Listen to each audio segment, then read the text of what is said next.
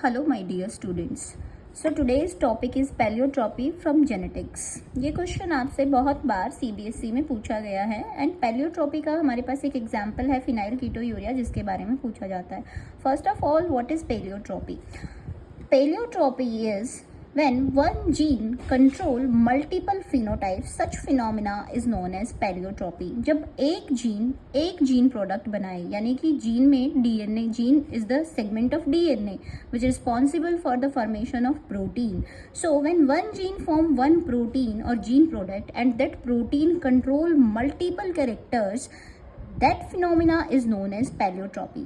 तो पैलियोट्रॉपी का जो क्लासिकल एग्जाम्पल है NCERT में वो है फिनाइल कीटोयूरिया, PKU.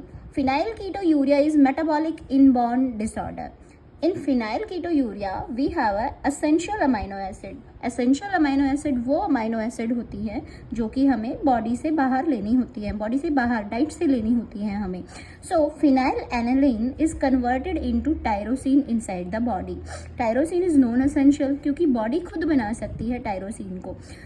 तो फिनाइल एलानिन को टायरोसिन में कन्वर्ट करने के लिए we need a enzyme which is known as hydroxylase enzyme. When phenylalanine get converted into tyrosine in the presence of hydroxylase, this tyrosine affect multiple functions of the body and it control multiple characters of the body. Tyrosine help in the formation of T3, T4 hormones, thyroxine hormones. It help in the formation of adrenaline hormone. It also help in the formation of dopamine and it also help in the formation of melanin pigment in the body. Now, when the gene which responsible for the synthesis of hydroxylase enzyme, this gene is absent in the body or this gene is defected in the body, so this gene is not able to synthesize hydroxylase enzyme. अगर body में hydroxylase enzyme नहीं बनेगा तो phenyl alanine is not converted into tyrosine, जिसकी वजह से thyroxine नहीं बनेगा, एड्रेनलिन नहीं बनेगा, डोपामाइन नहीं बनेगा, मेलानिन नहीं बनेगा. अब मेलानिन ना बनने की वजह से हेयर जो है हेयर फॉल होगा, ग्रेइश होगी हेयर्स की, यानी कि मेलानिन प्रोडक्शन जो है, मेलानिन इज अ पिगमेंट, तो ये कलर कंट्रोल करता है. It responsible for the black colour, तो बाल्डनेस को प्रमोट करेगा ये.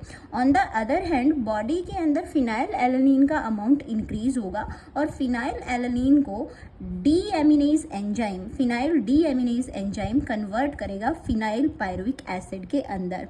पहले फिनाइल एलानिन टायरोसिन में कन्वर्ट हो रहा था, अब एंजाइम एक्सेंट है तो phenyl alanine converted into phenyl pyruvic acid and this phenyl pyruvic acid and it's derivative accumulated into the body which responsible for the mental retardedness.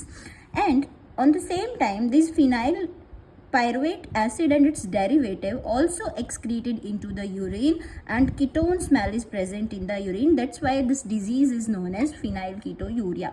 तो phenylalanine को tyrosine में convert करवाने के लिए जो एक एंजाइम रिस्पॉन्सिबल था, उस एंजाइम हाइड्रोक्सिलेज के ना होने की वजह से मेंटल रिटार्डनेस हो रही है, ठीक है. और कीटोन यानी कि फिनाइल पायरुविक एसिड और डेरिवेटिव्स जो हैं वो यूरिन में एक्सक्रीट हो रहे हैं. साथ में थायरोक्सिन नहीं बन रहा, एड्रेनलिन नहीं बन रहा, डोपामाइन नहीं बन रहा, मेलानिन का प्रोडक्शन कम हो रहा है.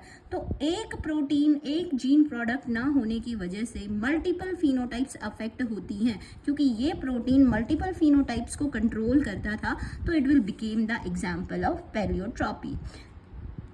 Similarly, sickle cell anemia is also the example of paleotropy. Thank you, students.